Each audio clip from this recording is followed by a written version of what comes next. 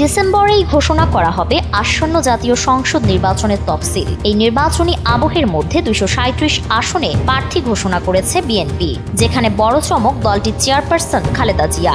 দীর্ঘদিন ধরে শারীরিক অসুস্থতা থাকলেও 3টি আসনে লড়বেন তিনি। অন্যদিকে দলটির ভারপ্রাপ্ত চেয়ারম্যান তারেক রহমান প্রতিদ্বন্দ্বিতা করবেন বগুড়া 6 আসন থেকে। বিএনপি সূত্র বলছে, এই নভেম্বরেই দেশে ফেরার পরিকল্পনা রয়েছে তার। এই বাস্তবতায় প্রশ্ন উঠছে, বিএনপি যদি আসন্ন জাতীয় সংসদ নির্বাচনে জয় পায়, তাহলে কে হবেন প্রধানমন্ত্রী?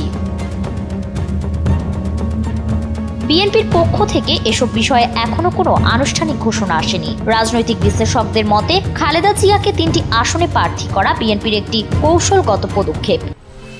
10 বছরের যাত্রা তো কেবলই শুরু। একসাথে গ্রো করার এই জার্নি চলুক আগামীতেও। পাঠাও 10 years of growing with you। তাদের ধারণা, দলের শীর্ষ নেতৃত্বে বেগম জিয়াকে দৃশ্যমান রাখা হলেও কার্যত নেতৃত্ব মূলত তারেক রহমানই দিচ্ছেন। দলটির স্থায়ী কমিটির সদস্য সালাউদ্দিন আহমদ জানিয়েছেন, দেশনেত্রী বেগম খালেদা জিয়া দ্রুত সুস্থ হয়ে আবারও দলের নেতৃত্ব দেবেন, তবে মাঠের নেতৃত্ব দেবেন তারেক রহমান। উল্লেখ্য, ব্রিটেনের রাজনৈতিক আশ্রয়ে থাকা তারেক রহমান ইতোমধ্যেই বাংলাদেশে থাকা অধিকাংশ মামলায় অব্যাহতি পেয়েছেন। এদিকে বিএনপির ঘোষণায় বলা হয়েছে, বেগম জিয়া নির্বাচন করবেন ফেনী 1, বগুড়া 7 ও দিনাজপুর 3 আসন থেকে। অন্যদিকে তারেক রহমান প্রথমবারের মতো আনুষ্ঠানিকভাবে বগুড়া 6 আসনে প্রতিদ্বন্দ্বিতা করবেন। 1991 সালে প্রথমবার জাতীয় নির্বাচনে অংশ নিয়েছিলেন বেগম জিয়া, তবে তার জ্যেষ্ঠ ছেলে তারেক রহমান এবারই প্রথম নির্বাচনে অংশ নিচ্ছেন।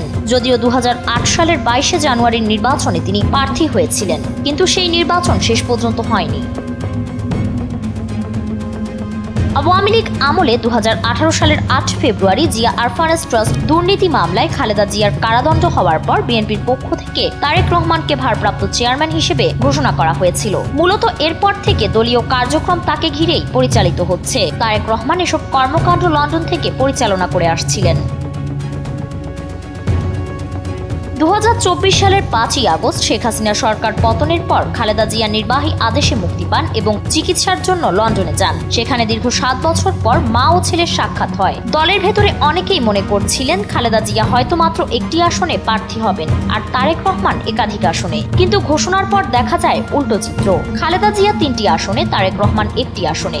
এতে স্পষ্ট হয়েছে, বিএনপি এখনো খালেদা জিয়াকেই প্রতীকী নেতৃত্বে রাখতে চায়, যদিও বাস্তব নেতৃত্বে থাকছেন তারেক রহমান। তবে বিএনপি নেতা সালাউদ্দিন আহমেদের কথা এটাই স্পষ্ট যে, তারা নির্বাচনে জিতলে তারেক রহমানকে প্রধানমন্ত্রী হিসেবে বেছে নেবেন, আর এই চিন্তাই দলের মধ্যে বেশি গুরুত্ব পাচ্ছে। ফারিন রহমান প্রীতি, এনপিবি।